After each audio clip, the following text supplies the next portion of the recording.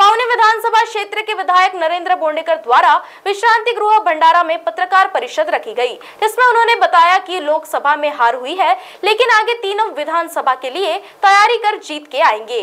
मोदी जी और शिंदे जी के माध्यम से भंडारा के विकास कार्यों के लिए राशि मिली, लेकिन कांग्रेस के नाना पटोले ने जिला के लिए कभी कोई राशि लाए है।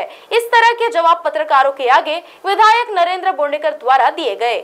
असं नाही आहे की 4 मतदारसंघामध्ये आपण मायनस आहोत। कसं आहे का नियोजन आमच्याकडे मी ह्या भागाचा आमदार आहे, पण माझ्याकडे कुठली जबाबदारी दिली नव्हती का बा तुम्ही तिन्ही पक्षाची जबाबदारी जर घ्या असं म्हटलं असतं तर नक्कीच माझ्याकडे मी ते केलं असतं।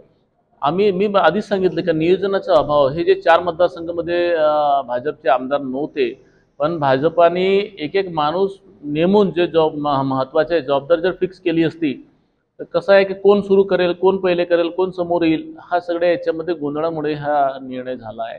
पण शेवटी जे काही चुका झालेत, नियोजन असेल की कुठल्याही असेल तर त्या चुका तर आम्ही एक्सेप्ट करतो की आमची चुका झाली आहे आणि ही न भरणारी चूक आहे, मान्य करतो आम्ही। परंतु आम्ही इथून शिकून दुरुस्त करून येणाऱ्या विधानसभामध्ये आम्ही करू। शेवटी मोदी साहेबांनी आणि एकनाथ शिंदे साहेब, फडणवीस साहेब, अजित पवार साहेबांनी जे राज्यामध्ये काम केलेले आहेत, जे केंद्रातून राज्यात निधी आलेली आहे आणि एवढ्या मोठ्या प्रमाणात काम केलेलं आहे, तर आम्ही विकासाच्या ज्या अजेंड्यावरती आम्ही होतो आणि आहो आणि राहू। कारण जिल्ह्यामध्ये हे भंडारा जिल्ह्याच्या प्रगतीसाठी जी काही निधी दिलेली आहे ह्या आतापर्यंतच्या इतिहासामध्ये मी तर म्हणतो नानाभाऊ 4 खासदार राहिले आहेत, त्यांच्याकडे सुद्धा मुख्यमंत्री होते, पण कधीतरी एवढं निधी आणू शकले का, इतके मोठे प्रकल्प आणू शकले का?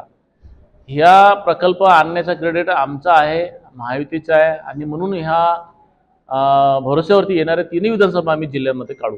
महाराष्ट्र टीवी 24 के लिए जहीद शेख, भंडारा।